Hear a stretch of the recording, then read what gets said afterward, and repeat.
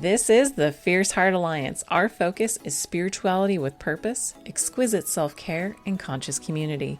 Hi, I'm Summer Sophiamoon, and I've come here to heal myself and chew bubblegum. And guess what? I'm all out of bubblegum. So join me and my special guests as we share and learn how to love ourselves fiercely through self-care and explore the wisdom of the harmonic virtues. These virtues are based on the laws of the universe and channeled wisdom to cultivate more resiliency, purpose, and harmony through self-care and self-awareness. By listening, you are now a fierce heart too. Welcome to the Fierce Heart Alliance.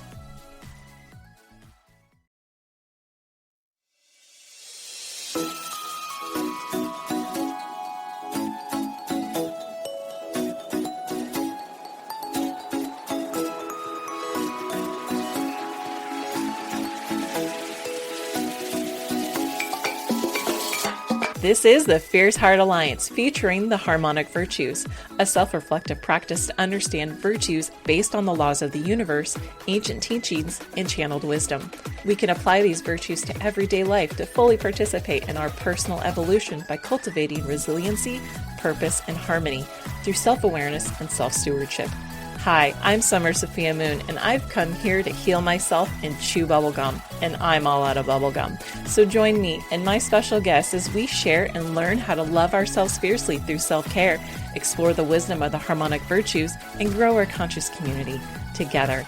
By listening, you are now a fierce heart too. Welcome to the Fierce Heart Alliance.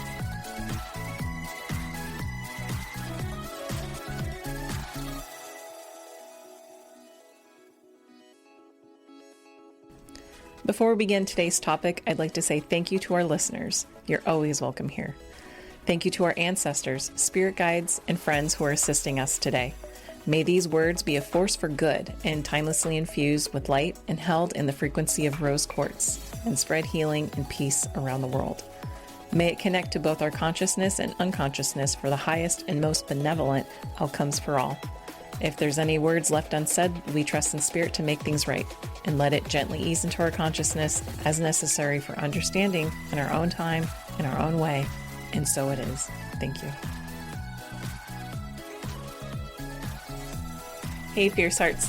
Today's episode is our integration episode where we take a deeper dive into the virtue of transformation. The harmonic virtues combines ancient teachings and channeled wisdom for a modern interpretation of how these universal laws impact everyone, regardless of status, location, gender, or race. These lessons can impact our everyday life and relationships. They're aspects of us that are always evolving, ever shifting, and developing as we mature. And like a beautiful garden, they require some tending and some management to keep healthy and vibrant. The virtue of transformation is located on the inner petals of the metaphysical level of the harmonic virtues. This is the level of forces which are foundational elements of physical life and the building blocks of consciousness. Before we go any further, I'm going to share a channeling I received when I asked my guides about transformation, and which is also called the universal law of perpetual transmutation of energy. And quote, "Yes, hello. We are here to guide you in teaching about spiritual transformation and energetic transmutation. Yes, it is always changing, editing, shifting, morphing, and alchemizing. Whatever words work for you, it is that. The idea is that it does. The bad news is that energy can get stuck. It can get stagnant. Traditional Chinese medicine speaks about stagnation with its meridian system. We too need to allow flow of our channels in all aspects of life. Allowing change improves your situation, and for things to change for the better. It is when you hold on to the old things that change happens and changes for the negative. Learn to let go and be at peace with change. There are so many ways to shift, but it's all up to you and your choices. You control your energy and your thoughts. Thus, you control your transformation. We cannot control everything, and circumstances happen. Such is the nature of life. Flow with what is. Direct and receive when the time calls. You will know it when you feel it. You will feel an expansion, a lightness in your body when you are in flow. You will have a heaviness and feel like you are weighed down when you are blocked. Yes, we love you. You are doing good work." End quote. As the channeling states, change happens and we're responsible for ourselves. It's not about what happens, it's about how we respond. And the virtue of transformation reminds us to take responsibility for our own thoughts and emotions. Last month, we learned about the virtue of vibration and how emotions can impact us and our energy that we put out and we feel from others. The virtue of transformation builds upon the virtue of vibration, as it is the movement and change of that energy. It is the root of many other virtues such as surrender, time, polarity, love, acceptance, rhythm, karma, wisdom, and more. The principles of transformation are 1. Change is inevitable. 2. Perpetual transmutation of energy. 3. Trust. 4 is masculine versus feminine principles, directive and receptive versus action and rest. 5, the most dominant thought wins and manifests. 6, timing and cycles. And 7, self-responsibility and self-stewardship. The first principle of transformation is change is inevitable. Energy is always changing, thus change is inevitable for us, and resistance is futile. Resisting change can perpetuate our suffering. The pain of loss is real, but getting stuck on it can add to our grief and keep us stuck in grief, preventing us from moving on. Obviously, that's much easier said than done. The second principle is perpetual transmutation of energy. This is stagnation and density versus flow and expansion. So energy is always changing and it's always renewing, and there's destruction and creation, and this is the cycle of what it does. It's about the movement and shifting of energy. Within that, there's either a flow of energy or a lack of flow that leads to how the change and evolution occurs. The key is to find your own way of flowing with the subtle energies of transformation and feeling what flow and density feels like for you. You could say that the emotions associated with it could be fear, which leads to stagnation and constriction and protection, whereas love is open and trusting and expanding and allowing. You can even feel it when you say the words constriction versus expansion. The constriction obviously feels tight and bound and inwardly, whereas expansion feels open and large and grandiose, and you can just play with those words or whatever words work for you, but play with how that feels for you. What is your sense of contraction and density versus what is your feeling of flow and freedom and liberation, and any kind of word that you want to use to help you describe and figure out what that means for you. That becomes your own way of working with the energy. And that way you can come back to it and say, oh, wow, I feel really dense. I feel really constricted. I feel, all of these tight, blocked sort of words. And then, okay, what do I want to do to shift into that? And is that block serving me? And so it really gives you a moment to process and evaluate what that feeling is going on. Maybe it's trying to teach you something. So going from there, okay, what do you want to do? Where do you want to go? And what do you want to feel? And then figure out what that word is for you. Is it expansion? Is it light? Is it freedom? Is it, any kind of open, allowing sort of word? What can you sit with to give you something different? Our third principle is about trust. It's that trusting that you will be guided for the right path for you, come what may. Superficially, if something bad happens, it's not necessarily what we wanted, and even if something bad happens, whatever we're going through at a deep level, maybe we needed to rely on other people, or maybe we needed to stand up for ourselves. There's usually an underlying deep down lesson that we're needing to learn regardless of what we're going through. And so we may not know why these things happen, and we probably don't want the lesson. We don't want to feel pain. But usually, regardless of what it is, there's usually a reason why it happened. This has a little bit of a dark goddess vibe to me, in that she lovingly guides you through your fears, and you might experience difficulty, but at the end, it's for your own good. You are transformed, and because of it. She asks you, are your fears really that scary?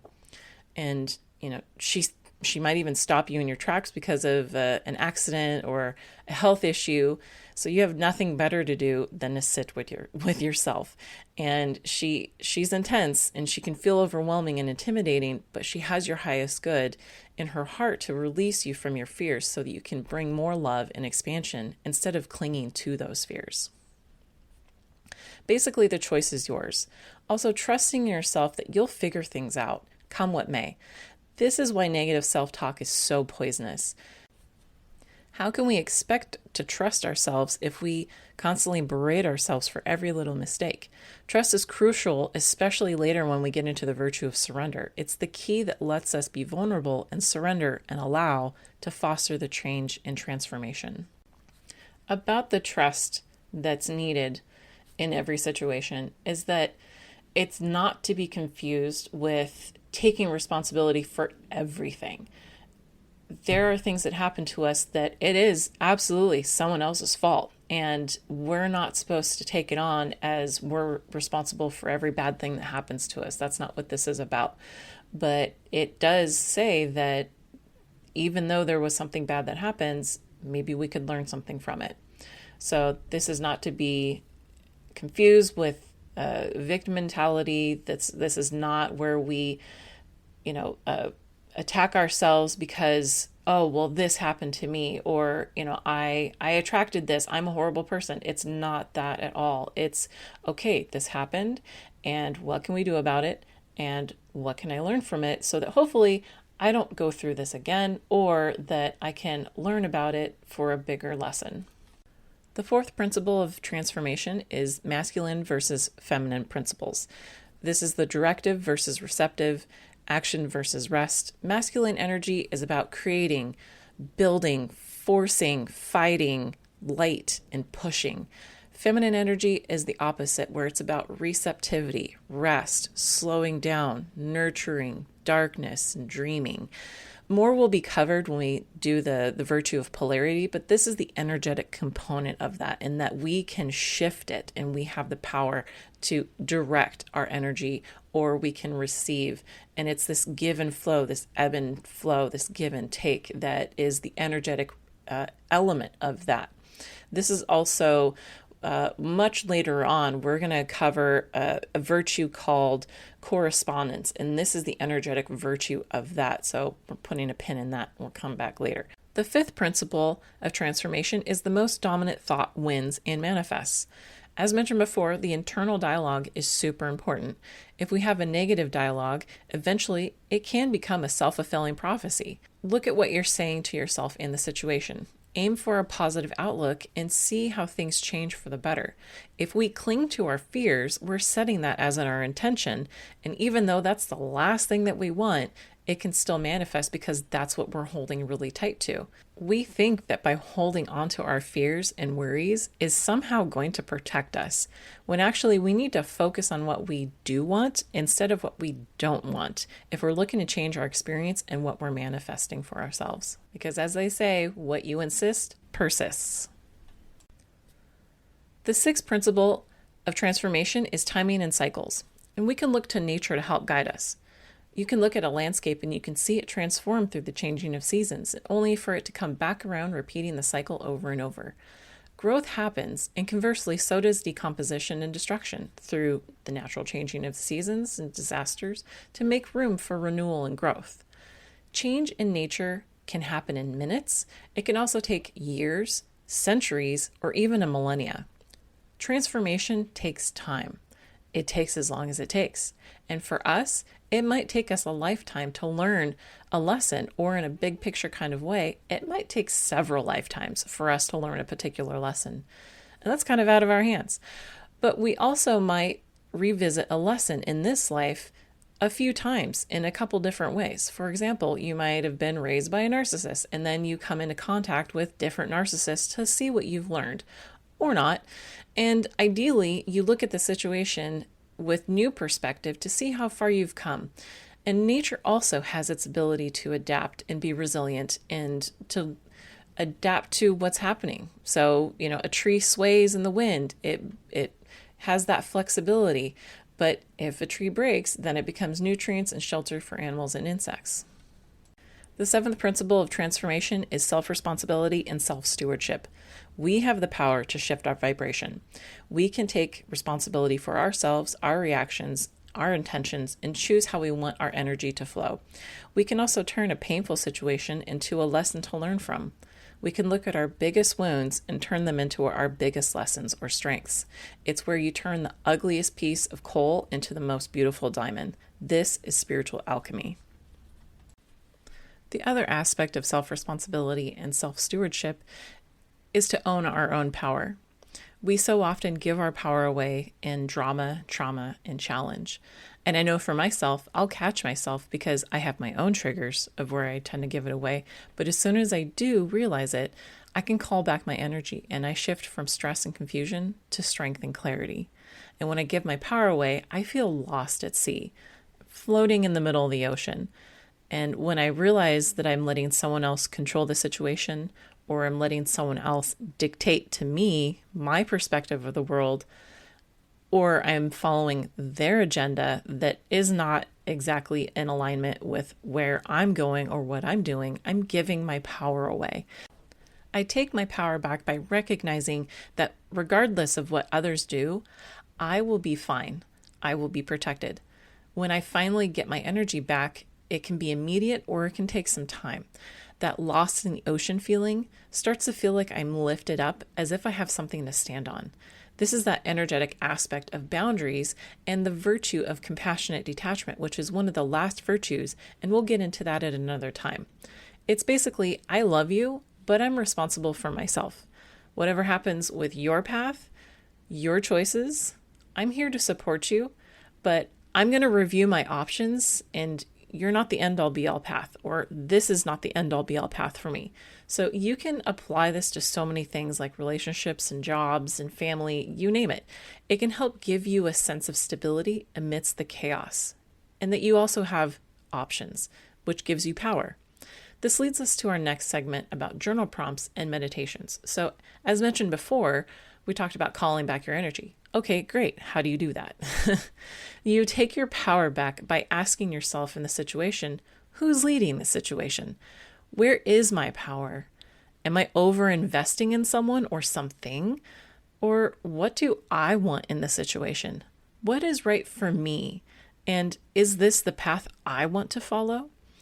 Then you can also feel your energy. Is it close to your body or is it stretched out super far? How far do you want your energy, and what distance feels safe and comfortable? Does your energy feel expansive or dense? You can also imagine a lot of different things in ways to help pull your energy back. You can imagine a rope releasing from the other person and you're pulling it back with intentions that it's cleaned off with white or gold light by the time it reaches you. So it's all clean and none of their stuff gets on you either. Or sometimes you can see it as mist or fog or whatever resonates with you. Just make sure that that's cleaned off because you don't want their stuff in your energy.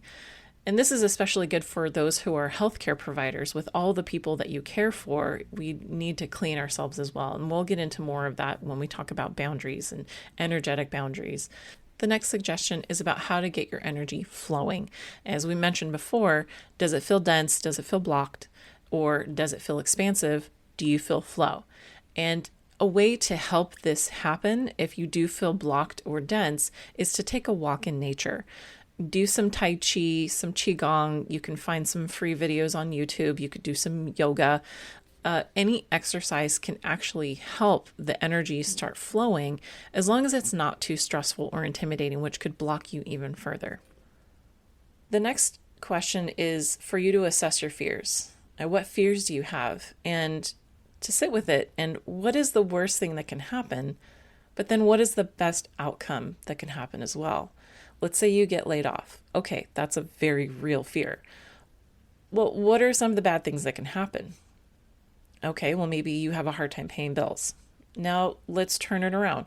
What's the best outcome? Maybe you get a better paying job. Maybe something that's even more enjoyable. Maybe you start your own business. The goal is to open yourself up to the potential for options in the face of change. That's where it helps to decrease the anxiety. The next one is we're going to work with spiritual alchemy. And this might be a little intense for some that haven't really looked at these issues before, but you look at what are some of your biggest fears, your wounds, traumas, grief, and you take a look at it and what is the opposite, or maybe what are some of the underlying lessons that you could learn from this. And it might be hard, but that's where the teaching actually is. And it can be a pretty potent exercise. The last one that I'm going to share is a grounding meditation. And this is a really great way to release the old and to also bring in the new. And this is a really great way to get the energy to flow. So you sit in a chair or you can sit on the floor, whatever's comfortable for you. You want to have a little bit of a upright back, not too straight, not too curved over. You want to be relaxed and comfortable. And you want to think about a grounding cord wrapping around your waist and plunging down into the center of the earth. And this can be any kind of cord. This could be a chain. This could be a vine of ivy. This could be a laser beam, whatever sounds good to you. I've even imagined bringing up the most grounding stone possible energetically and holding it in my lap. And that just sinks me down so intensely. And the idea is that you're sending the energy from yourself down into the center of the earth for Pachamama and the Mother Earth to renew and recycle, to trust that she will use it how she sees fit and to transmute it for us, and that we don't have to do everything ourselves. So that's a potent part of that. And so releasing, letting go, that gives you that release point to surrender and let whatever is, as they say, whatever no longer serves us, let that go. And then while you're letting that go, imagine that there's a ray of sunlight above you and that the sun is shining right down on you. It's bringing light into your body and you're just purging. As you're letting go, you're bringing in, and you're letting go and you're bringing in, and the deeper down you're releasing, the further down and the more you're filled with light. And so you're just replacing any of the gunk that gets released. You're replacing it with light. And so you just sit with that. And this is a practice that would be good to do on a regular basis. And for me, when I do it, I feel like I'm in a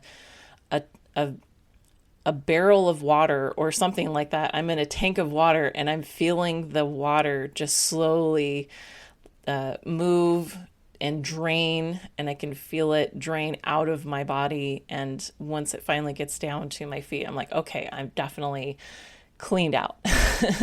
So I hope that helps. There's lots of different ways you can go about this, but these are just a couple options. Play with it, see what comes up for you. In conclusion, as mentioned before, change and transformation is inevitable. And so it would be helpful for us to keep an open mind about change. We tend to skew towards the negative, and it would be helpful for us to keep open the opportunity for things to change and transform in a positive way. That concludes our episode for this week. Feel free to leave any comments you might have about your experience with transformation to keep the conversation going. I'd love to hear from you. So please like and subscribe. It helps this podcast more than you know. And feel free to follow the Fierce Heart Alliance on Facebook and Instagram, and also visit our website for weekly inspiration. Next week is our self-care episode with Jovita Kawa, where he shares his self-care medicine and his journey. Take care, Fierce Hearts. Till next time.